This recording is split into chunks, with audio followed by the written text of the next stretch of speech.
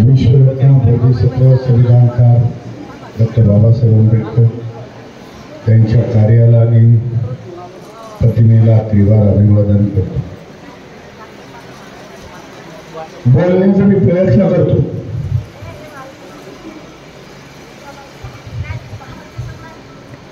जे आता ओलाने सांगितलं बाबा 5 दिवसापासून मी बाहेरच आहे. 26ला पण कार्यक्रम ज्या मुंबई मधल्या लेण्या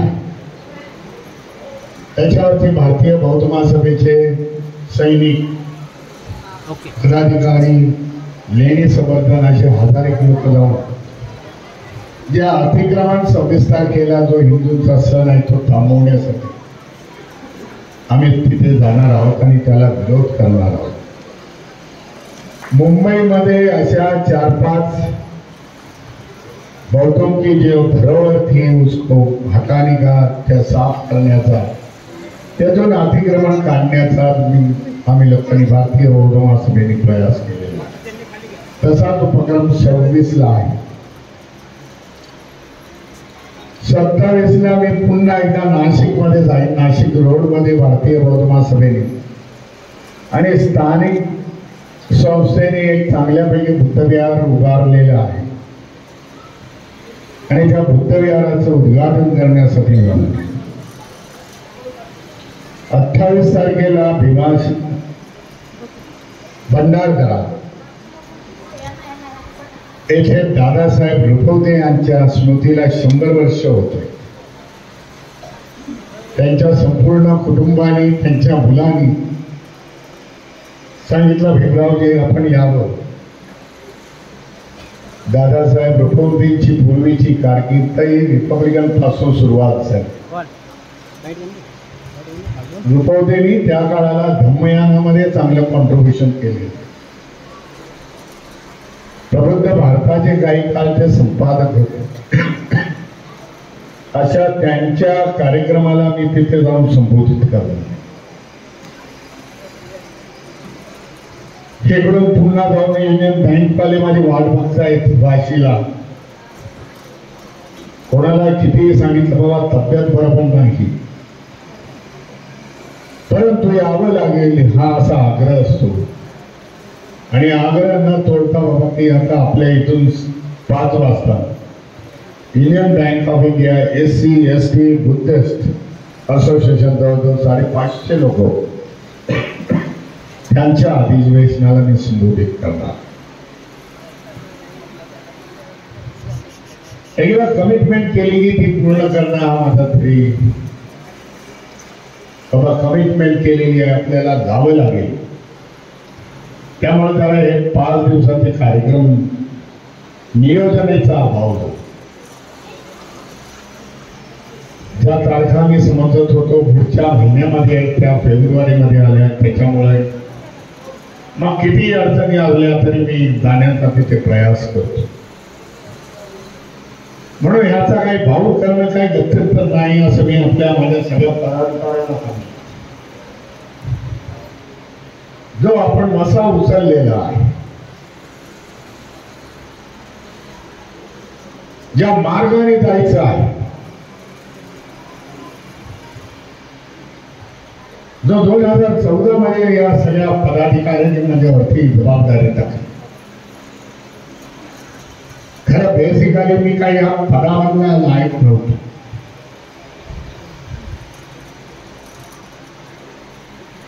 अतिशय आनंदामध्ये जगत होतो. परंतु एकदा जबाबदारी टाकली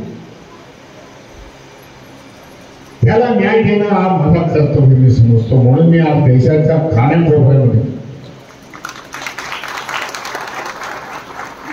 म्हणजे असे मी माझी काही खुशारकी मारत नाही परंतु जावं लागतं.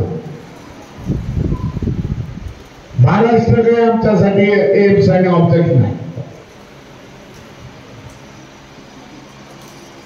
बाबासाहेबांची कार्यभूमी आहे महाराष्ट्र आणि बऱ्यापैकी इथे चळवळ धर्म चळवळ या महाराष्ट्रामध्ये उभी करण्यात आम्ही यशस्वी झालो भारतीय बौद्ध महासभा. म्हणून इतर ठिकाणी जावं, इतर राज्यामध्ये जावं आणि त्या सगळ्यांना आपण बौद्ध महासभेमध्ये धम्मामध्ये घेऊन यावं असं म्हणतो. अनेक राज्य आहेत, अनेक राज्याचे अनेक प्रश्न आहेत. महाराष्ट्रामध्ये महार समाज हा फक्त इकडेच. बाजूला कर्नाटक मध्ये गेला तर वल्लार आहे. वल्लार हा देखील महारांसारखा आहे, ते कन्वर्ट होत आहे. संस्था कर्नाटकमध्ये चालते हे वल्लार समाजाच्यामुळे जाते. ते आज बौद्ध धर्मांतरित झालेले.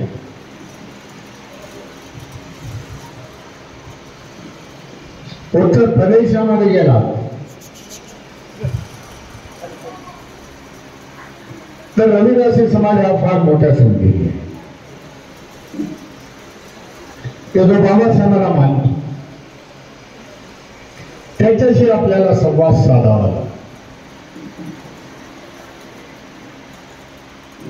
आंध्र प्रदेशमध्ये गेला तर माला आणि मादगी समाज आहे. पुन्हा माला हा मार म्हणून कन्सिडर करण्यात येतो. प्रत्येक राज्यामध्ये विविध प्रश्न आहेत आणि त्यांची सोडवणूक करण्याचं काम भारतीय बौद्ध महासभा करते. कारण देशभरामध्ये आम्हाला हा दम न्यायचा. खरं म्हणजे आपल्याकडे मी काल येणार होतो 23 तारखेला, परंतु झाशी येथे 9वा असा राष्ट्रीय बौद्ध संमेलन भारतीय बौद्ध महासभा आणि 3 संघटना ह्यांच्या माध्यमातून घेतलं. त्यांना मी सांगत होतो, बाबा जहां मुझे जाना है वहां की प्रोग्राम में 2-4 बार आगे आगे बढ़ाते जा रहा था, जिसके लिए मैं वहां जाना जरूरी है. तेव्हा त्यांनी मला सांगितलं की काल आपल्याला माहिती असेल गाडगे महाराजांची जयंती होती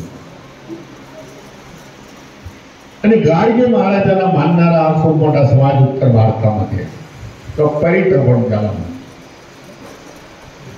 की जो आपल्या बरोबर असतो,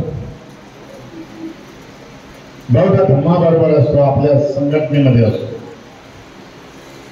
म्हणून ती तारीख आपल्याला बदलता येत नाही असं त्याने सांगितलं. म्हणून मी तिथे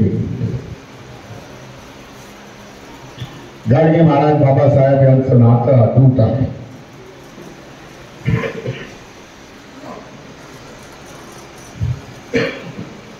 त्याचे अनेक उदाहरणं आपल्याला सगळ्यांना माहिती असतील. 6 डिसेंबरच्या नंतर 1956 बाबासाहेब गेल्यानंतर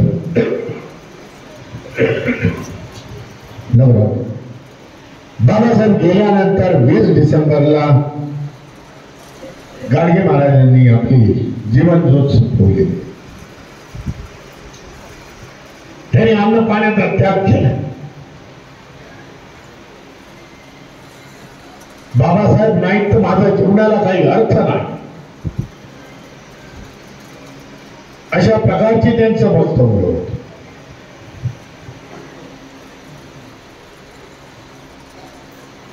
बाबासाहेबांचं प्रतिमा बघितली तर उत्तम आहे. सगळेजण जाणता बाबा बाबासाहेबांच्या आजूबाजूला देशाचा कुठलाही लीडर्स, त्यांच्या तत्कालीन लीडर, त्यांच्या काळामधले लीडर्स हे त्यांच्या आजूबाजूला. परंतु वरळीची एकदा सभा चालू होती. बाबासाहेब मंचगावरती बसून आपलं भाषण देत होते वरळी मुंबईमध्ये. तेव्हा बाबासाहेबांनी बघितलं की बराचसा मोठा गोंधळ आणि माझ्या स्टेजच्या दिशेने काही लोक येते, तेव्हा त्यांनी निरखून बघितलं तर गाडगे महाराज तिथून येत. बाबासाहेबांनी भाषण करत असताना गाडगे महाराजांना सूचना केली, मंचावरती या आणि बसा. माझं संबोधन झाल्यानंतर मी आपल्याशी बोलतो. परंतु गाडगे महाराज ऐकले नाही. त्यांनी बाबासाहेबांना खालतून घरात काढलं, जरासं भाषण थांबवा आणि तुम्हीच खाली या. मी येताना तुमच्यासाठी हारतोडे आणलेले आहे, त्याचा स्वीकार करा आणि म्हणजे मी निघून जातो. पण एक उत्तुंग माणूस बाबासाहेब त्यांची सूचना ऐकतात, खाली स्टेजच्या उतरतात, त्यांचे हारतोडे घेतात आणि गाडगे महाराज निघून जातात. एवढी मोठी आपुलकी, एवढा एकमेकांबद्दल प्रेम जिव्हाळा हा त्यांच्यामध्ये होता बाबासाहेबांनी गाडगे महाराजांमध्ये. म्हणून गाडगे महाराजांनी अलिखित एक करार पत्र तयार केलेलं आहे की जिथे जिथे आज त्यांच्या धर्मशाळा उभ्या आहे त्या मी बाबासाहेबांना देत आहे, अशा प्रकारचं एक करार पत्र आहे. परंतु त्यांची इम्प्लिमेंटेशन झाली नाही, तो वेगळा भाग. अशा प्रकारे आज भारतीय बौद्ध महासभा सभी बहुजनों के महापुरुषों के विचार लेके चल रही है.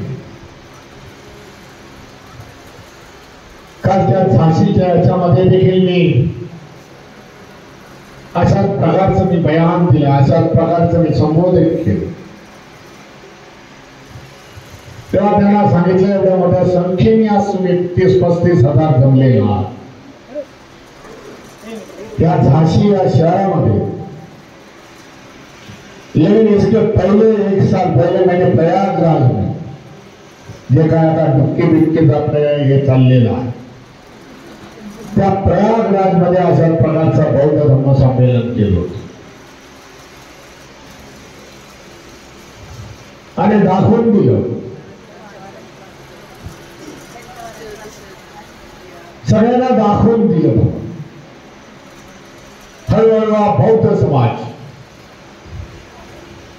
पंचशिलेच्या भिंड्याखाली धम्माखाली आज एक काही लोकांनी मला सकाळी सांगितलं सोशल मीडियावरती बरेच तुमचे फोटो दिसत आहेत, जरा निरखून बघा. अनेक सामाजिक संघटना अनेक समाजाचे लोक माझ्या बरोबर बसले. मोडीला कुशवा सैनिक या लोकांनी कार्यक्रम घेतला होता, आपलं कॉन्ट्रीब्युशन कमी होतं. त्याने या कार्यक्रमाचं नियोजन केलं. दाखवण्याचा आम्ही प्रयत्न करतोय. कधी कधी गरीब लोक, महाराष्ट्रामधले लोक म्हणतायत मला आम्हाला टार्गेट करण्यात येते. बरं, असं नाही आहे, असू शकतं काही गोष्टी. परंतु नवीन नवीन समाज आपल्याला जोडून घ्यायला पाहिजे. नवीन समाज हे बाबासाहेबांच्या विचारावरती आहे. बाबासाहेबांना आपले आयकॉन समजतात, लीडर समजतात. आमचा मार्गदर्ता बाबासाहेब. देशाभरामधले लोक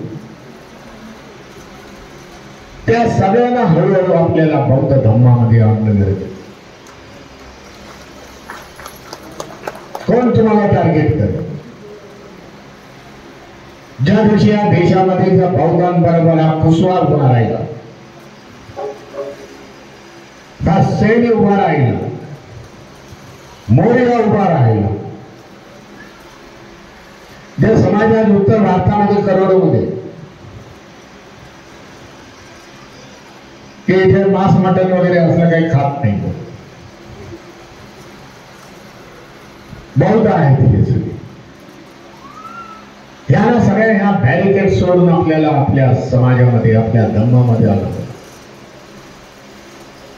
उत्तर भारतामध्ये असले हे समाजाचे लोक आपल्या भारतीय गौरव महासभेचे पदाधिकारी आहेत. क्या सांगितलं, आ जाओ हमारे क्या चाहिए, पद चाहिए, पदाधिकारी बनायचं आहे तर या पद घ्या. बरं तू पद पण घेत नाहीत लोक. महाराष्ट्रामध्ये बघितलं पदासाठी खूप गडबडी चालू असतात,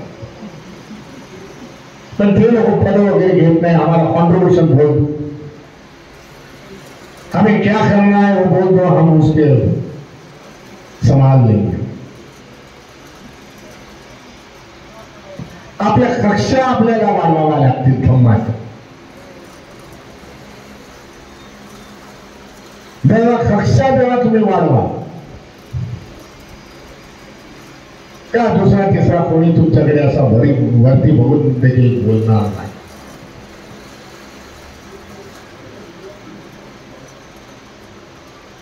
धम्माचं फाउंडेशन जर मोठं झालं, ब्रॉड झालं, तर निश्चितपणे बाबासाहेबांनी ज्या ज्या क्रांत्या केल्या, सामाजिक क्रांत्या केल्या, शैक्षणिक क्रांत्या केल्या, राजकीय क्रांत्या केलेल्या आहेत, त्यांना आपण न्याय देऊ.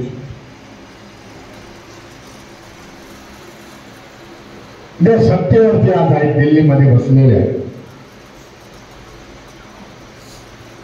राज्यामध्ये त्यांनी काय केलं, आपला धार्मिक बेस त्यांनी वाढवला आणि त्याच्या माध्यमामधून त्या सत्तेवर गेला. अनेक कारण त्याला त्याचा काय उपभोग करत नाही, मी काय उल्लेख करत नाही, पण हे मेजर कारण आहे. आज जर देशामध्ये बघितलं जर ह्या विचारसरणीला कोण विरोध करत असेल, जे मनवादी विचारसरणी, त्या विचारसरणीला कोण करत असेल तर आंबेडकरवादी फक्त विचारसरणीला विरोध करतात. मग ते महाराष्ट्र असेल किंवा इतर राज्यामध्ये असेल.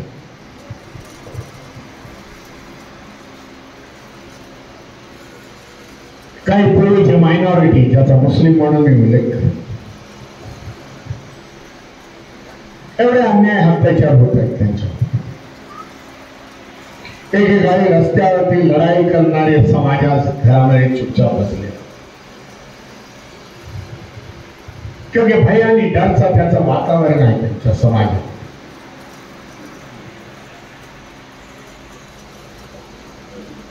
कारण काल मी युपी मध्ये होतो तेव्हा मला सांगितलं की 4 दिवसापूर्वी त्या गोरखपूर या ठिकाणी, गोरखपूर म्हणजे तेथे चीफ मिनिस्टर त्यांचा तो मतदारसंघ आहे, सिटी आहे, मुस्लिमांची एक मस्जिद ती लोकांनी 4 दिवसापूर्वी पाडून टाकली. समाजाने आंदोलन करण्यापेक्षा ती लोक कोर्टात गेले आणि कोर्टामध्ये देखील पहिल्याच दिवशी ठरले, ऍडमिटच झाली नाही. त्याच गोरखपूरमध्ये आपल्याला सांगायचं, 1 वर्ष 1.5 वर्षापूर्वी जी कालची परिषद झाली तशी आम्ही सुरुवात केली होती गोरखपूरमध्ये. आणि ते पूर्वकडचा भाग, आणि आता जर म्हणाल मी 4 महिन्यापूर्वी महाराजांनी गोरखपूरच्या बाजूला आहे भारतीय बौद्ध महासभेचं मोठं अधिवेशन घेतलं की त्याला 10,000 लोक होते.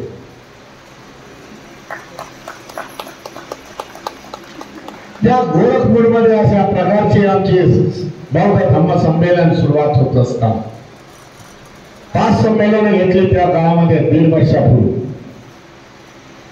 गोरखपूर पासून सुरुवात केली आणि मेरठचा जो दिल्लीच्या बाजूला मेरठ आहे तिथे संपवू. गोरखपूर मध्ये पहिल्याच अधिवेशनाला खूप दबाव आला आमचा. पहिले होणे नाही देंगे.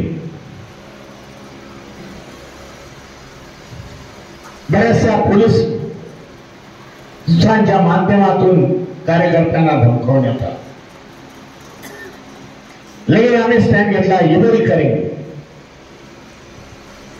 भले जेल में जाना पड़ेगा, 10,000 लोगों को तो भी जाएंगे. ज्या वेळेला तुम्ही व्यवस्थेला चॅलेंज करा त्यावेळेला व्यवस्था देखील घाबरते. हे असं वाऱ्यासारखं स्प्रेड झालं. भाई हे मुख्यमंत्री अपनी सभा इधर होने नहीं देंगे इस ग्राउंड में. आंबेडकरवादी लोक आहेत हे देशामध्ये कुठे घाबरत नाही हे देखील मगाशी मी सांगितलं. लोकसंख्येने बाहेर आले. 5,000 झेंडे त्या रोडवरती लावून टाकले. स्वतःच बाहेर स्वतःच लावून टाकले. ऐलान किया 25,000 लोगों के साथ ये धम्म परिषद होगी आणि घेऊन जा. बाबासाहेब का अधिकार है. बाबासाहेबांनी आम्हाला अधिकार दिलेला आहे. संविधानाच्या माध्यमातून आम्हाला आमचा धम्म वाढवण्याची आम्हाला आमचा धम्म वाढवण्यासाठी आम्ही भारतीय बौद्ध महासभेचे अधिवेशन घेतो. पाखंडवाद आणि अंधश्रद्धेमधून समाजाला काढण्याचा प्रयत्न करतो.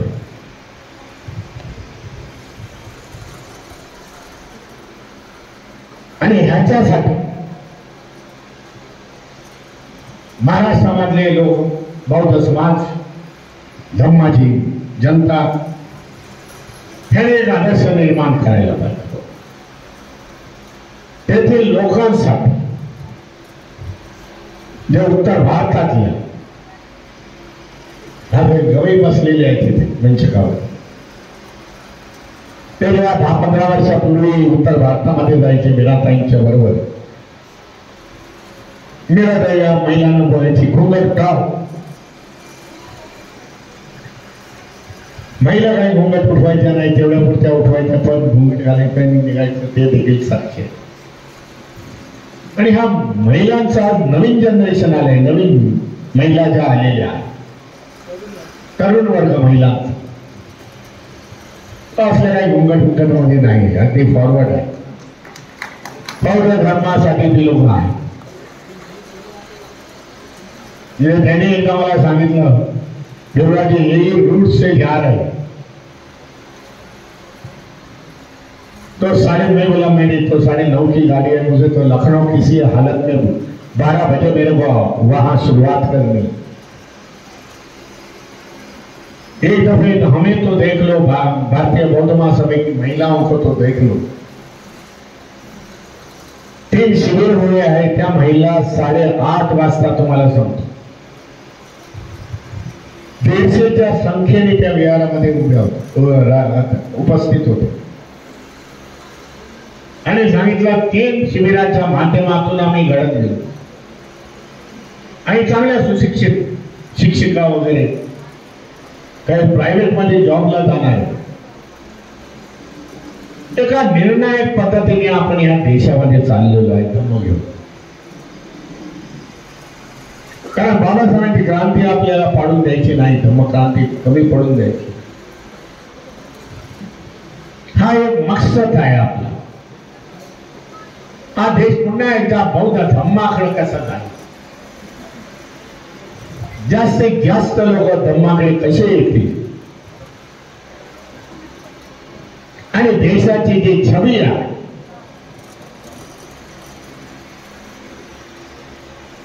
जी उच्च नीचची छवी, एक दूसऱ्याची हेट छवी आहे, एक दुसरा समाज दुसऱ्याचा द्वेष करतो, मानवता नाही, समता नाही, हे बदलण्याचं आम्ही काम करतो. आणि हे करत असताना कोणावरती टीका टिप्पणी करू नये. पहिली गोष्ट, अनेक प्रश्न आहेत. आज बौद्धगया आंदोलन सुरू आहे.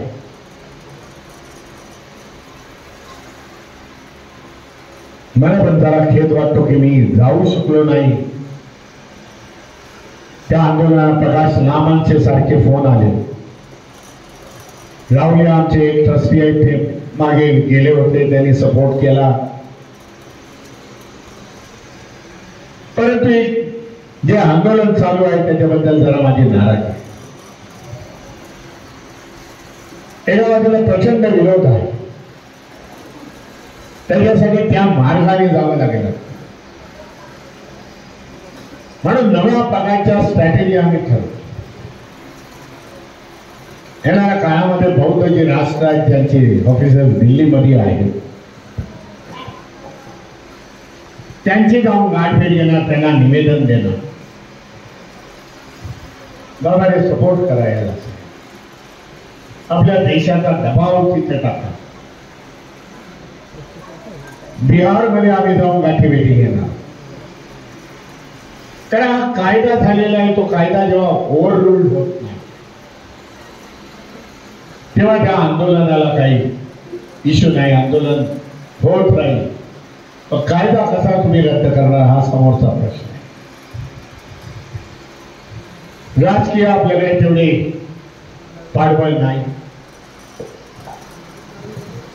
राजकीय जर पाठबळ असेल तर समाजाच्या बऱ्याचशा गोष्टी आपण सोडून चुकलो असतो. परंतु तेवढं राजकीय पाठबळ नाही. बौद्धांचा प्रश्न आहे केंद्रामधला, थोड्या टेक्निकल गोष्टी आहेत त्या देखील करायला पाहिजे. पण 10 खासदार पाहिजे तिथे पार्लमेंटमध्ये.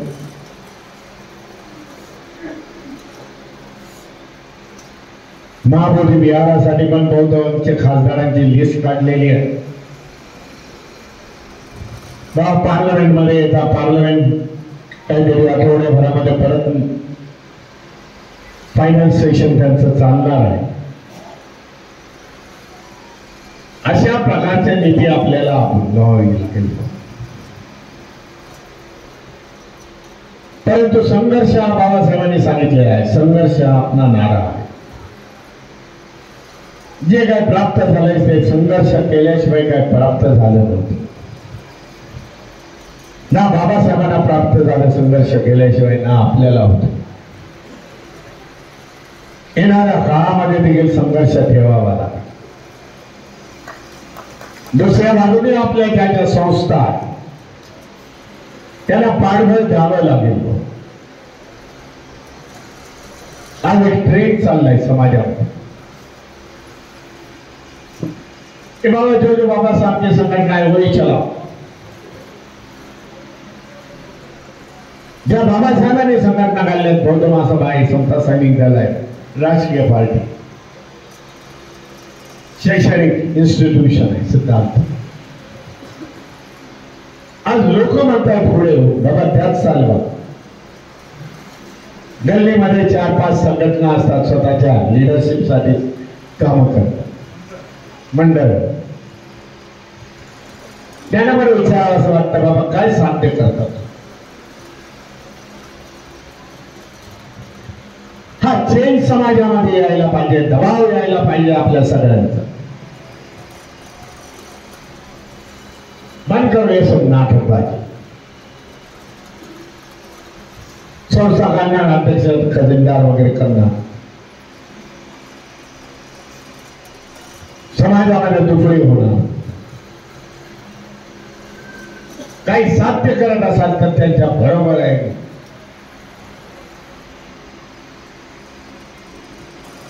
आज आपल्याशी मला जेव्हा मी स्टार्टिंगला इथे बसलो तेव्हा मला वाटलं की मी बोलू शकणार नाही. मला पण जरा वाईट वाटलं, अरे मी बोलू शकत नाही, की आवाजच माझा निघत नव्हता. हे गायक कोण आहे? बारामती वाले लोंढे. त्यांच्याकडे गाण्याने ऊर्जा दिली का?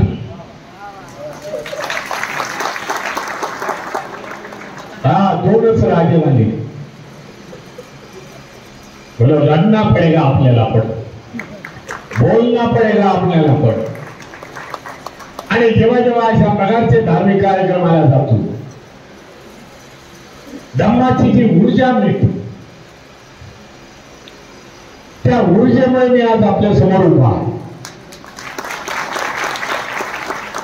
हा शोक माझा तुमचा नाही, हा धम्माचा होत आहे.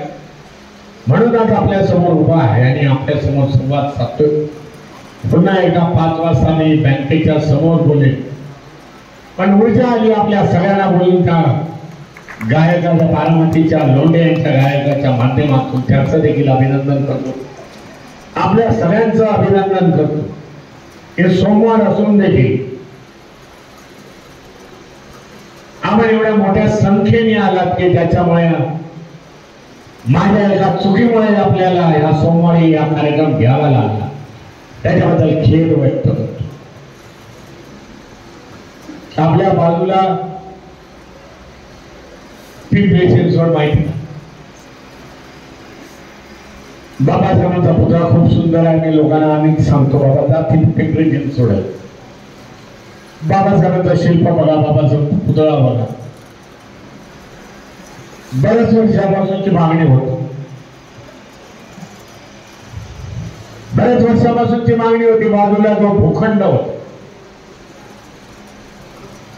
त्या भूखंडावरती रमाईंचा पुतळा व्हावा. एका बाजूला बाबासाहेब आहे, दुसऱ्या बाजूला भूखंड आहे. आणि तो आता एवढ्या मोठ्या आंदोलनानंतर 1 वर्षापूर्वी मी आलो होतो आणि त्यावेळेला मला त्या संपूर्ण पिंपरी चिंचवडच्या लोकांनी, म्हणजे नगरसेवकांनी, कोणतरी मॅडम होत्या, वयस्कर होत्या, महापौर होते, त्या नाव आठवत नाही, माई बोरे, हा करेक्ट कर भले भीमरावजी, फक्त गप्पा बसा, मी काय करते ते बघा. सगळ्या विरोधी नगरसेवकांची मीटिंग माझ्या ह्याच्यात झाली, त्याला मी ऐन काय केलं, म्हणजे मी बसणारा नव्हतो, कारण मी नगरसेवक नाही. तरी हे सगळ्यांनी ठराव केला, भीमरावजी बसा तुम्ही, तो प्रोटोकॉल वगैरे म्हणून देते. आणि एक मताने त्यांनी ठराव पास केला की बाजूची जागा आहे, आम्ही रमाई स्मारकासाठी, रमाईंच्या पुतळ्यासाठी देतो. नंतर आपल्याला माहिती आहे इलेक्शन आले, इलेक्शन झाले नाही, सस्पेंड झाली, नगरपालिका कार्यरत नव्हती. परंतु आपल्या तेथील कार्यकर्त्यांनी लावून धरलं. त्यावेळेचा ठराव माझ्या उपस्थितीमध्ये केला होता. त्या ठरावाचं देखील वाचन केलं, ते कमिशनरला दाखवलं. तेव्हा त्यांनी सांगितलं त्यावेळेचा ठराव आहे, सगळ्यांनी एक मताने याच्यावरती सह्या केलेल्या, सत्ताधारी असतील, विरोधक असतील. त्या भाषण करत असताना मी जरा संबोधन त्यांना 2 शब्द बोललो. एवढ्या चांगल्या प्रकारे सभागृहाचं काम विरोधी पक्ष आणि सत्ताधारी करताय, ते काय ऐक्य तुम्ही दाखवले, एकमेकाबद्दल आदर दाखवला, आणि तुमचा आदर्श इतरांनी घ्यावा असं मी काहीतरी बोललो. कार्यक्रम झाल्यानंतर त्यांनी सांगितलं, भीमरावजी तुम्ही होतात म्हणून मी एकमेकाची नाही, ते एकमेकाची काढून टाकतो. जाऊन द्या, एक चांगल्यापैकी स्मारक पिंपरी चिंचवडमध्ये माता रमाईंचा पुतळा तेथे होईल. आपल्या सगळ्यांच्या प्रयत्नाने आपल्या सगळ्यांगामी मंगल कामना करतो आणि माझ्या वाणीला विराम देतो. नमो बुद्धाय ते